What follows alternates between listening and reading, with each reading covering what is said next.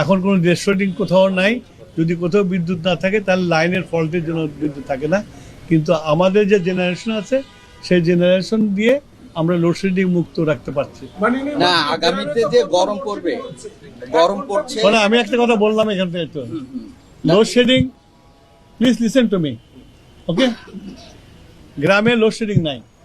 যেটা হয়, আমাদের পল্লী বিদ্যুতের লাইনগুলো অনেক লম্বা লম্বা, কোথাও যদি ফল্ট হয়ে যায়, বিদ্যুৎ স্লিপ করলে ওই ফল্ট লোকেট করতে তার টাইম লাগে, সেই জন্য বিদ্যুৎটা আসে না।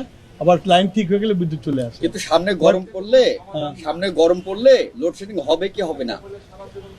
তুমি এখান থেকে বেরিয়ে গেলে তুমি বাঁচবে না মরে বলতে পারবা? না, আপনাদের কি বলতে পারবে কিনা? সেটা তো আলাদা বিষয়। না, এটা আলাদা এটার বিষয় না। সাথে এটা তো মিলে না।